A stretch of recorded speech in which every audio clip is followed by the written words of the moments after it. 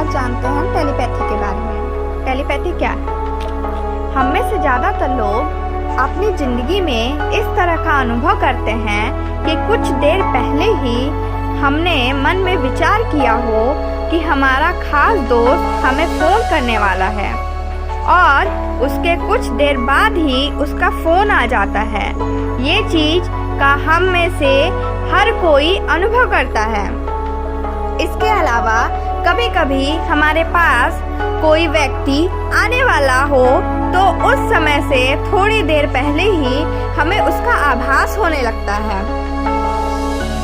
Example, हमारे daily routine में घटने वाली टेलीपैथी के सबसे ज़्यादा होने वाले आभास है।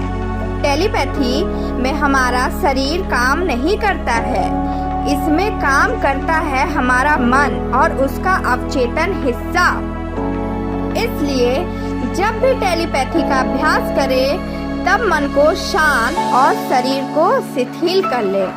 अब हम टेलीपैथी को समझने के लिए इसे 3 भाग में बांट लेते हैं। पहला भाग, इसके होने का कारण, किस तरह ये की जाती है। दूसरा भाग, खुद की एनर्जी से इसे कैसे करें। तीसरा भाग, टेलीपैथी के लिए सही विचारों का चुनाव और उसका तरीका। टेलीपैथी को समझने के लिए सबसे पहले ह्यूमन थॉट ट्रांसफर की प्रोसेस को समझते हैं। हमारा शरीर मानसिक तरंगों को ग्रहण कर सकता है। जी हाँ, ये पॉसिबल है। दूसरे व्यक्ति से आने वाले मानसिक तरंगों को हमारा अवचेतन मन ग्रहण करता है।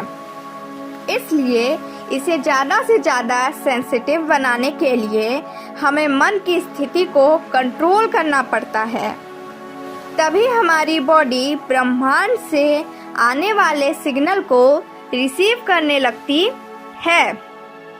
अगर आप अपने मन को कंट्रोल कर सकते हो और मन चाहे आदेश उसमें डाल सकते हैं तो आप घर पर ही टेलीपैथी का अभ्यास बिल्कुल आसानी से कर सकते हैं। टेलीपैथी में हम थॉट को इलेक्ट्रिक सिग्नल के रूप में ट्रांसफ़र करते हैं। हमारा मस्तिष्क इस कार्य को इफ़ेक्टिव तरीके से तभी कर सकता है जब हमारा मन शांत हो। उस स्थिति में ये आसपास तैरती तरंगों को महसूस करने लगता है। इसलिए जब भी टेलीपैथी का अभ्यास करने जा रहे हो, मन मस्तिष्क से विचार शून्य हो। घर पर टेलीपैथी का अभ्यास करने से पहले अपने मन को विचार शून्य जरूर बना लें। टेलीपैथी में हमारे भौतिक शरीर का कोई योगदान नहीं है, क्योंकि आप इसे भौतिक रूप में समझा ही नहीं सकते। इसके लिए मन की थॉट ट्रांसफर प्रोसेस को समझें, जिसमें हम बिना किसी माध्यम के एक दूसरे से मानसिक रूप से जुड़ते हैं। और एक बात, मन की शक्ति अनंत है, जिसे जितना ज़्यादा महत्व देंगे उसे उतना ही जागृत रख पाएंगे। आप घर पर आसानी से बिना किसी ज़्यादा परेशानी के अभ्यास कर सकते हैं। इसके लिए आपको सबसे खास महत्वपूर्ण ध्यान देने वाली चीज़ों को समझना होगा और उन्हें फॉलो करते हुए आगे बढ़ना होगा। चलिए जानते हैं घर पर टेलीपैथी का अभ्यास करने के लिए आपको क्या करना होगा। टेलीपैथी में 2 चीज़ें ध्यान रखें। पहला, आपके विचार साफ और स्पॉन्टेनियस यानी लगातार होने चाहिए। दूसरा, आपकी भावना शक्ति कमज़ोर नहीं पड़नी चाहिए। पहला स्टेप, टेलीपैथी की प्रैक्टिस के पहले चरण में आपको अपने भौतिक शरीर को शिथिल करने की ज़रूरत है, जिसके लिए आपको एकांत चाहिए और एक मधुर मनोरम म्यूजिक होना चाहिए, जिसकी मदद से आप विचारों को शून्य कर सकें। इसके अलावा आपकी एकाग्रता और भावना शक्ति मजबूत होनी चाहिए। ये आपके द्वारा भेजी जानी चाहिए। इलेक्ट्रिक सिग्नल को एम्पलीफाई कर देता है। दूसरा स्टेप, टेलीपैथी का दूसरा चरण आपके प्राण शक्ति पर कार्य करता है।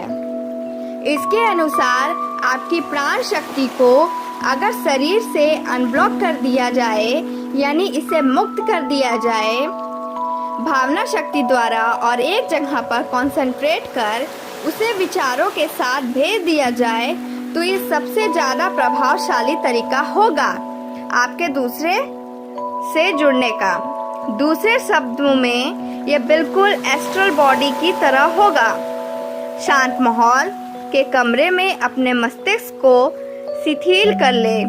ये अभ्यास चाहे तो लेटकर कर ले या बैठकर, दोनों ही स्थिति में आपके मस्तिष्क को विचार शून्य और भौतिक शरीर को शिथिल करना होता है।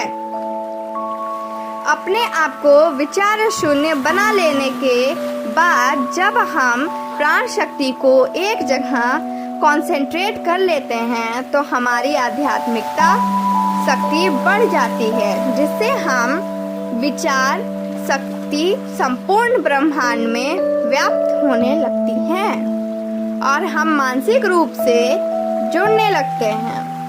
इसी वक्त अगर हम उस पर्सन से जुड़े जो हमारी तरह ही कंडीशन में हो, यानी उसका कॉस्मिक लेवल बढ़ा हुआ हो, तो टेलीपैथी ज़्यादा बेटर तरीके से होने लगती है। इसी तरह से हम किसी को भी टेलीपैथी के द्वारा जुड़ सकते हैं, लेकिन यह ध्यान में रखें कि हमें सिर्फ उसका ही ख्याल करना होगा और वो हमसे कॉस्मिक लेवल पर जुड़ा होना चाहिए।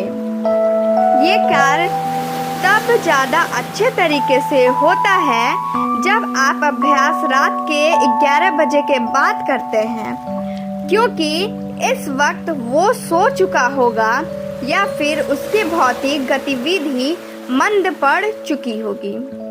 आप चाहे तो भावना शक्ति से एक ही संदेश बार बार देकर उसे अपनी इलेक्ट्रिक सिग्नल भेज सकते हैं।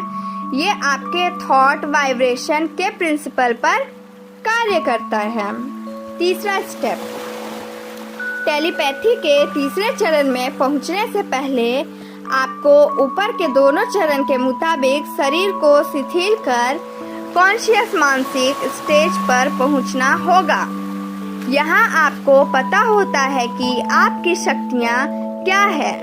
अपनी शक्ति को पहचान कर उसे सही दिशा देने से आप मानसिक यात्रा का अनुभव कर सकते हैं। जब भी आप विचार संप्रेषण कर रहे होते हैं, आपकी भावना शक्ति उस विचार को ज़्यादा से ज़्यादा दूरी तक भेज सके, इसका भी ध्यान रखें। जितनी ज़्यादा आपकी विल पावर स्ट्रांग होगी, आप विचारों को उतना ही दूर भेज पाएंगे। कोशिश रखें कि उस वक्त आपके ऊपर मानसिक दबाव न बन पाए। एक विचार सोच ले जो आपको सामने वाले के पास भेजना है। याद रखें यह थॉट छोटा और स्पष्ट हो, वरना आपको भेजने में प्रॉब्लम होगी और सामने वाला उसे रिसीव नहीं कर पाएगा। प्राण शक्ति को बढ़ाने के लिए ध्यान की पिरामिड ध्यान अवस्था सबसे बढ़िया है। टेलीपैथी के अभ्यास के बाद योग निद्रा जरूर ले। ये आपकी थकान मिटा देती है और आपके ऊपर जो मानसिक दबाव बनता है उसे कम करती है। इसके अलावा आपकी प्राण शक्ति को ज़्यादा से ज़्यादा स्टोर करने का काम करती है। टेलीपैथी मानव मस्तिष्क और मन की रचना का एक विज्ञान है। इसका अगर सही इस्तेमाल अभ्यास द्वारा किया जाए तो हम प्रकृति के कई रहस्य उजागर हो सकते हैं, क्योंकि मानव मन अनलॉक होते ही आप आम से खास और आपकी मन की शक्तियाँ असीम हो जाती हैं। जरूरत है तो बस धैर्य के साथ नियमित अभ्यास की। अब जानते हैं मन का प्रोग्रामिंग कैसे होता है। आप चेतन मन एक सॉफ्टवेयर या रोबोट की तरह है